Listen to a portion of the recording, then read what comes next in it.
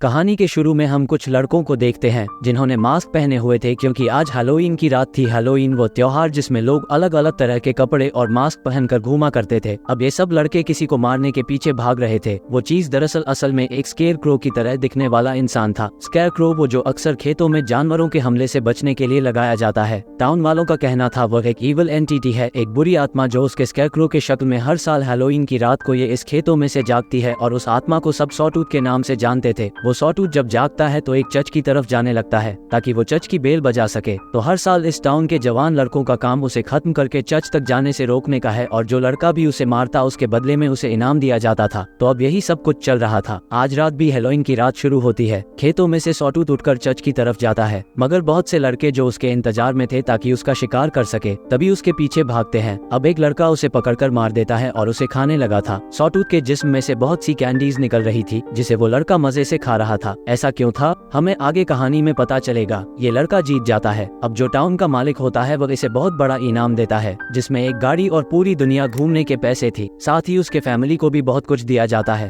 वो लड़का इतना कुछ जीतने के बाद बहुत खुश था और अपनी नई गाड़ी लेकर दुनिया घूमने के लिए निकल जाता है। उस लड़के की फैमिली में उसके मॉम डैड और उसका छोटा भाई था जिसका नाम रिची होता है। वो भी अपने भाई के साथ घूमने जाना चाहता था मगर वो रिची को अपने साथ ले जाने से मना कर देता है। अब कहानी आती है एक साल आगे और हैलोवीन के 5 दिन पहले के दिखाई जाती है। रिची जिसको इसका भाई इस टाउन में छोड़ गया था, वो जब एक दिन थिएटर के बाहर से गुजर रहा था तो एक लड़की को देखता है जिसका नाम केली होता है जो अभी अभी इस टाउन में शिफ्ट हुई थी। इसके बाद रिची अपने स्कूल जाता है जहाँ पर एक पुलिस ऑफिसर सब लड़कों को बता रहा था कि हैलोवीन आने वाली है। सॉटूथ का शिकार आसान बात नहीं है। तुम में से बहुत से लड़कों की जान भी जा सकती है पर हमें उसे किसी भी तरह रोकना होगा। एक बार जब हम उसे रोकने में नाकाम हुए तो हमारे टाउन में बहुत बड़ी तबाही हो गई जिससे निकलने में हमें बहुत वक्त लगा। इसीलिए हैलोवीन से 3 दिन पहले सब लड़कों को भूखा प्यासा बंद कर दिया जाता है और इन्हीं हैलोवीन की रात को ही निकाला जाएगा ताकि यह खून स्क्वाड दरिंदे बनकर वो सॉटूथ का शिकार कर सके। और इस साल भी जो भी जीतेगा उसे भी लेटेस्ट कार और दुनिया घूमने के लिए पैसे दिए जाएंगे। मगर इस गेम में हर फैमिली से सिर्फ एक ही लड़का एक बार हिस्सा ले सकता है। अब यही नियम को रिची तोड़ने वाला था क्योंकि वो ये साबित करना चाहता था कि वो भी अपने भाई की तरह बहादुर है। जैसे हमने कहानी के शुरू में देखा, ये स्कूल में एक लड़का जो बिल्कुल रिची के भाई की कॉपी था वो रिची से जेलस होता है इसीलिए क्योंकि वो भी उसके बराबर आना चाहता था और खुद को बहादुर साबित करने की दौड़ में लगा था। जैसा कि इस गेम का सोल था कि हर फैमिली से सिर्फ एक बार एक ही लड़का हिस्सा ले सकता है, तो रिची का भाई हिस्सा ले चुका था मगर रिची फिर भी जबरदस्ती अब हिस्सा लेना चाहता था। इसीलिए उस लड़के के साथ लड़ाई हो जाती है जो नहीं चाहता था कि रिची इस गेम में हिस्सा ले। ऑफिसर आता है और दोनों को वहाँ से बाहर निकाल देता है। आप जो सॉटूथ की कहानी पूरे टाउन में फैली हुई थी, कोई तो इस बात पर बहुत यकीन करता था मगर कईयों को ये बात झूठी लगती है। उनका मानना था कि ऐसा कुछ नहीं है, लेकिन जो लोग यकीन करते थे उनका मानना था कि उन्होंने सॉटूथ को देखा जो बहुत खतरनाक है। अब रिची तो स्कूल से बाहर आ जाता है मगर वो लड़का जो उसके साथ क्लास में लड़ा था अभी भी उसके पीछे था। इसीलिए रिची केली के पास थिएटर में आ गया था। वो उसे पॉपकॉर्न और बॉटल देती है क्योंकि उसे भी रिची अच्छा लगने लगा था। रिची उसे पूछता है कि आज हैलोवीन की रात है तो तुम डांस पर आ रही हो ना, जिस पर केली कहती है कि नहीं क्योंकि मैं ब्लैक हूँ इसलिए मुझे किसी ने नहीं बुलाया। वो उससे कहता है एक बार मुझे जीत जाने दो, मैं इस सॉटूथ को मारकर सब कुछ हासिल कर लूंगा और फिर हम दुनिया घूमेंगे। जिसके बाद अपनी चिप वापस आकर अपने दोस्तों से मिलता है। एक दोस्तों उसका बहुत डरपोक था जबकि दूसरा बहादुर वो रिची के जरिए जीतना चाहता था। ऐसा तब मुमकिन होता जब रिची गेम में हिस्सा लेता, इसीलिए वो उसे उकसा रहा था। कहता है कि तुम्हें सबको ये साबित करना होगा कि तुम भी अपने भाई से कम नहीं हो, तुम भी इस सब कुछ कर सकते हो। इसीलिए अब रिची गेम में हिस्सा लेने के लिए पूरी तरह तैयार हो जाता है। इस बारे में अपने मॉम डैड से भी बात करता है मगर उसके मॉम डैड उसे मना करते हैं। रिची के डैड उसे कई बार समझाते हैं। जब रिची नहीं सुनता तो इस बार उसके डैड जोर से थप्पड़ मारते हैं मगर अब तो रिची की जिद थी कि वो सॉटूथ का शिकार जरूर करेगा। आखिर रिची के मॉम डैड उसे क्यों मना कर रहे थे, क्या राज था इसके पीछे? तभी रिची को अपने भाई का लेटर आता है और एक कार्ड भी मिलता है जो अक्सर वो इसके पास भेजा करता था। इसके बाद रिची अपने घर से बाहर आ जाता है जहाँ पर उसे अपने भाई की दोस्त मिलती है जो आज भी उसके भाई का इंतजार कर रही थी जो कि अब तक दुनिया घूमकर नहीं आया था। रिची की मॉम चाहती थी कि वो लड़की उनके बेटे को भूल जाए और अपनी जिंदगी में आगे बढ़े। इसी बीच हमें एक फॉर्मर किसान को देखते हैं जो एक स्कैरक्रो को तैयार करके खेतों में लटका रहा था और यही हैलोवीन की रात को जिंदा होकर सॉटूथ बनने वाला था। ऐसा कैसे मुमकिन था, ये सब हमें आहिस्ता आहिस्ता कहानी में आगे पता चलेगा। एक दिन जब रिची स्कूल जा रहा था तो उसी रास्ते में वही लड़का मिलता है जो स्कूल में अक्सर उसे तंग किया करता था। वो अब भी रिची को रोककर बुरी तरह से मारता है और उसकी पैंट से बेल्ट को उतार कर ले जाता है। ये बेल्ट रिची के भाई ने उसे दी थी। अब उसे फिर से उसके भाई का लेटर मिलता है जिसमें उसने लिखा था कि रिची जब तक मैं वापस नहीं आ जाता तो मैं ही मॉम डैड का ख्याल ख्याल रखना होगा। वो इन सब बातों से परेशान हो चुका था। उसे कुछ समझ नहीं आती कि आखिर वो करे तो क्या करे, इसीलिए गुस्से में एक गाड़ी को चुराता है और टाउन छोड़कर जाने लगता है कि तभी रास्ते में ही उसे ऑफिसर ने पकड़ लिया था। जब रिची भागने की कोशिश करता है तो पुलिस ऑफिसर उसे पकड़ लेता है और खूब मारता है, जिस वजह से वो बेहोश हो गया था। अब हैलोवीन की रात आने वाली थी, इसीलिए सब लड़कों को भूखा प्यासा उनके घरों में बंद कर दिया जाता है और जब हैलोवीन की रात आती है तो उन्हें सबको बाहर निकाला जाता है। सब पागलों की तरह सॉटूथ का शिकार करने भाग रहे थे क्योंकि वो बहुत दिन से भूखे थे। उधर किसान ने भी सॉटूथ के जिसमें बहुत सी कैंडीज भरती थी, जिसके बाद वो जिंदा भी हो जाता है। इधर रिची, जिसको पुलिस की मार के बाद जब होश आया था, उसके डैड उसे कहते हैं कि देखो बेटा, तुम्हारे पास सब कुछ है, तुम इस मौत के खेल में क्यों जाना चाहते हो। उसकी मॉम भी उसके आगे हाथ जोड़ती है, मगर वो किसी की भी बात को नहीं सुनता और अपने दोस्तों के साथ एक गाड़ी में बैठकर सॉटूथ के शिकार पर निकल जाता है। इन्होंने ड्राउन ने मास्क पहने हुए थे, मगर रास्ते में सॉटूथ इनकी गाड़ी से टकरा गया था। अब वो एक एक करके सबको मार रहा था। वो रिची के एक दोस्त के कुल्हाड़ी से 2 टुकड़े कर देता है। रिची और उसका दूसरा दोस्त अब भी सॉटूथ के पीछे थे, मगर अचानक से उसकी दोस्त का आधा सर गायब हो जाता है। उसे भी सॉटूथ ने मार दिया था। अब बचा था तो सिर्फ रिची। सॉटूथ उसके सामने आ जाता है, जिसे देखकर वो डर गया था और भागने लगता है। आगे उसे केली और उसका एक और दोस्त मिलते हैं। केली भी उस सॉटूथ का शिकार करना चाहती थी, मगर ये सब वसूलों के खिलाफ था क्योंकि एक लड़की कभी भी सॉटूथ का शिकार नहीं कर सकती थी। रिची उससे कहता है कि हमें कोई हथियार चाहिए जिससे हम उसे मार सके। उधर रिची का डरपोक दोस्त भागकर अपने घर आ जाता है, मगर उसके मॉम डैड से अंदर आने नहीं देते। उनका कहना था कि वो जाकर सॉटूथ का शिकार करें और इनाम जीतकर उनकी जिंदगी को आसान बनाएं, इसीलिए वो उसे अंदर आने नहीं देते। तभी बाहर से एक बच्चा जो खिड़की में खड़ा था, वो रिची के दोस्त को बताता है कि तुम्हारे पीछे सॉटूथ है, और होता भी ऐसा ही है। रिची का दोस्त उसे देखकर यहाँ से भागता है। वो एक बेसमेंट में पहुँचता है जहाँ पर बहुत से लड़के छुपे हुए थे। वो उनसे कहता है कि दरवाजा खोलो, मुझे भी अंदर आने दो, पर वो उससे पैसे मांगते हैं। लेकिन कुछ देर के बाद वो लड़के यह फैसला करते हैं कि उन्हें दरवाजा खोल देना चाहिए और उसे अंदर आने देना चाहिए, मगर इस फैसले में उन्हें बहुत देर हो गई थी। जैसे ही वो दरवाजा खोलते हैं, सॉटूथ रिची के दोस्त को पकड़कर उसके जबड़े के 2 हिस्से कर देता है और फिर बेसमेंट के अंदर जाकर सभी लड़कों को मार देता है। बाहर खून के फुहारे निकल रहे थे, जिसे खिड़की में छोटा बच्चा खड़ा देखकर चीख रहा था। उधर रिची और केली भी पुलिस ऑफिसर के घर पहुंचते हैं, जहां पर से वो उसकी गन को चुराते हैं और उसकी गाड़ी को भी चलाकर वहां से निकल गए थे। टाउन में भी एक अजीब सा माहौल था। भूख से पागल लड़के स्टोव पर हमला करते हैं। उन्होंने गार्ड को भी मार दिया था। माहौल इतना गर्म हो चुका था, सभी एक दूसरे के खून के प्यासे थे। सॉटूथ भी ऐसा ही कर रहा था, वो भी सबको मार रहा था। ये सब रिची और केली भी छुपकर देख रहे थे। तभी उनके पास वो ही लड़का आ जाता है जो स्कूल में रिची का दुश्मन था, उसे तंग किया करता था। अब वहाँ पर उनके आपस में लड़ाई हो गई थी। केली उन्हें मारकर बेहोश कर देती है। ये दोबारा से ही अपनी गाड़ी में जाकर बैठ जाते हैं। तभी उन्हें रेडियो पर एक मैसेज मिलता है कि सॉटूथ कहाँ पर है। अब ये जल्दी से उस जगह पर पहुँचते हैं। वो सॉटूथ रिची के सामने था। जब उसकी नजर सॉटूथ की बेल्ट पर जाती है तो वो एकदम से ही उस पर गोली चलाने से रुक जाता है। तभी जब सॉटूथ उन पर हमला करने लगता है तो केली उसे मारकर बेहोश कर देती है और ये रिची को वहाँ से ले आई थी। ये दोनों गाड़ी में बैठकर रिची के घर पहुँच गए थे, जहाँ पर उसकी मॉम नींद की दवा खाकर उनके पास आती है, जो कि टाउन के मालिक ने दी थी, जो जीतने पर इनाम भी दिया करता था। जैसा कि हमने कहानी के शुरू में देखा, रिची यहाँ पर अपनी मॉम से पिछले विनर्स के बारे में पूछता है। उसे पता चलता है जो भी जीतता है वो ये टाउन छोड़कर चला जाता है और फिर दोबारा कभी वापस नहीं आता। सब यही कहते हैं कि वो दुनिया घूम रहे हैं और मजे कर रहे हैं, मगर असल में ये सब झूठ था। कोई जानता ही नहीं था कि जीतने के बाद उन लोगों का क्या हुआ। अगर पता भी है तो कोई बताता नहीं। ये चीज समझ गया था। जो लेटर्स इसके पास इसके भाई की आया करते थे, वो असल में इसके मॉम भेजा करती थी ताकि इसे हिम्मत मिलती रहे। असल में रिची का भाई मर चुका था। रिची की मॉम कहती है बेटा किसी को मत छोड़ना। इतना बताकर रिची की मॉम ने अपनी जान ले ली थी। उधर सॉटूथ ने एक घर में जाकर उसे जला दिया था। वो घर असल में रिची और उसके भाई का पुराना घर था। अब यहाँ पर आपको समझ आ गई होगी, यह सॉटूथ कोई और नहीं बल्कि रिची का भाई था, जो पिछले साल इस गेम को जीता था, जिसको हमने कहानी के शुरू में देखा। इसीलिए रिची उस बेल्ट को देखकर रुक गया था। असल में होता यह था कि जो भी लड़का जीतता उसे टाउन का मालिक बहुत से पैसे देता और उसे दुनिया घूमने बाहर भेज दिया जाता था। असल में तो कोई भी कभी इस टाउन से बाहर गया ही नहीं। पुलिस ऑफिसर रास्ते में ही उस लड़के को मार देता था, फिर उसके बॉडी को इस्तेमाल करके अगला सॉटूथ बनाया जाता। इसलिए ये नियम था कि हर फैमिली से एक ही लड़का इस गेम में हिस्सा ले सकता है, मतलब कि एक जिंदगी के बदले उसकी फैमिली को पैसे दी जाती है। मगर शुरू में किसी भी फैमिली को ये नहीं पता होता था कि उनका लड़का मर जाएगा और अगला सॉटूथ बनेगा। ये बात उन्हें बाद में पता चलती थी, मगर जानने के बाद भी वो फैमिली कुछ नहीं कर सकती। उन्हें डराया जाता कि ना तो वो टाउन से बाहर जाएंगे और ना ही कुछ बोलेंगे। ये सारा काम वहाँ का ऑफिसर किया करता था। फिर उस फैमिली को अपनी सारी जिंदगी उसी आलीशान घर में गुजारनी होती थी, जो उनके बेटे की जान के बदले उन्हें दिया जाता, और उन्हें सोने के लिए दवाई भी दी जाती थी, जो अक्सर रिची की मॉम भी खाया करती थी। इसका मतलब रिची के डैड इस वजह से उसे इस गेम में जाने से मना कर रहे थे ताकि वह उसकी जान को बचा सके। उन्हें दुख था कि उनका बड़ा बेटा ऐसे ही उन्हें छोड़कर चला गया, मगर ये सारी सच्चाई कभी भी वो रिची को नहीं बता सकते थे। अब भी उन्हें अपने बेटे की मौत का अफसोस था कि मरने के बाद भी उसकी आत्मा सॉटूथ के शक्ल में घूम रही है और सबको मार रही है। उसे काला जादू करके फिर से जिंदा किया गया है ताकि उसे फिर से मारा जा सके। असल में ये सब काम इस टाउन का मालिक करवाया करता था। वो हर साल इस तरह का काला जादू किया करता है पैसे कमाने के लिए, ताकि गवर्नमेंट को लगे असल में इस टाउन को मदद की जरूरत है और उसे ऐसे ही पैसे मिलते रहे जिसका वो कुछ हिस्सा विनर को दे दिया करता था। ये था इस सॉटूथ टाउन का पूरा सच। हम देखते हैं कि रिची के डैडी ऑफिसर के पास जाते हैं और कहते हैं कि बस अब मैं और सच्चाई नहीं छुपा सकता अपने बेटे से, जिस पर वो ऑफिसर कहता है तुम्हें ये सब करना ही होगा और अपनी जुबान बंद रखने में ही तुम्हारी भलाई है। उधर रिची के पास केली होती है जो उसे कह रही थी कि तुम्हें ये टाउन छोड़कर चले जाना चाहिए, मगर रिची के दिमाग में एक उसकी मॉम की आखिरी बात चल रही थी। उन्होंने कहा था कि रिची सब खत्म कर दो। केली कहती है कि रिची अगर हम सॉटूथ को चर्च में जाने दे तो कोई उसे नहीं मारेगा, इस साल कोई विनर नहीं होगा और फिर ये इस तरह का सेक्रीफाइस भी रुक जाएगी। अब रिची ऐसा ही करता है, अपने आलीशान घर को जलाकर चर्च में पहुंच जाता है जहां पर पहले से ही उसके डैड बैठे थे जो बिल्कुल चुप थे। सच्चाई जानने के बावजूद भी वो रिची को कुछ भी नहीं बताते। रिची उन्हें बताता है कि डैड मोम हमें छोड़कर जा चुकी है। ये सुनकर उसके डैड टूट जाते हैं। तभी उधर सॉटूथ भी आ जाता है, यानी कि रिची का भाई, जिसे पीछे से एक लड़का आकर मार देता है। वो आकर रिची के पास गिर गया था और इशारा करता है कि वो उसे मार दे। रिची सारी सच्चाई जानने के बाद समझ जाता है ये सॉटूथ उसका भाई है, उसके पास कोई और रास्ता नहीं था, इसीलिए वो उसे मार देता है और इस साल का विनर बन गया था और गेम के नियम के मुताबिक उसे दुनिया घूमने के लिए भेज दिया जाता है। सभी टाउन वाले बहुत खुश थे क्योंकि कोई भी असलियत को नहीं जानता था। अब रिची के डैड पुलिस ऑफिसर को मारने के लिए निकल जाते हैं ताकि वो रिची को इस टाउन से जाने दे, मगर ऑफिसर और रिची के डैड के बीच में हाथापाई हो जाती है जिसमें रिची के डैड बेहोश हो गए थे। उधर रिची केली को लेकर टाउन से निकलने की तैयारी में था, पर आगे रास्ता बंद होता है और उनके पीछे से ही ऑफिसर की गाड़ी आ रही थी। ये देखकर रिची केली को गाड़ी में छुपने का कहता है और उसे ये भी कहता है कि मैं अगर 10 मिनट में वापस ना आया तो तुम अकेले ही इस टाउन को छोड़कर चली जाना। अब ऑफिसर रिची को लेकर खेतों में आ जाता है। ऑफिसर इस बात को नहीं जानता था कि रिची को सारी सच्चाई पता है, इसीलिए वो उसे बातों में लगाकर यहाँ पर ले आया था, मगर रिची अपनी गन से उस ऑफिसर को ही मार देता है। उसे मारकर रिची को ये लग रहा था कि सब कुछ ठीक हो गया, मगर तभी पीछे से किसान ने आकर रिची को मार दिया था। उसी किसान ने जो यहाँ पर सॉटूथ बनाया करता था और कब्र में दफना देता है जो उसके लिए ही खोदी गई थी, मतलब इस साल के विनर के लिए। इसके बाद वहाँ पर रिची के डैड पहुँचते हैं जो अपने बेटे को तो नहीं बचा सके थे पर केली से इस टाउन को छोड़ने का कहते हैं। अब कहानी दिखाई जाती है 1 साल बाद की, जब किसान रिची के बॉडी को निकाल कर सॉटूथ बना रहा था कि तभी उधर उसके डैड आ जाते हैं जिन्होंने किसान को मार दिया था और अपने बेटे रिची से कहते हैं कि बेटा पूरे शहर को जलाकर राख कर दो।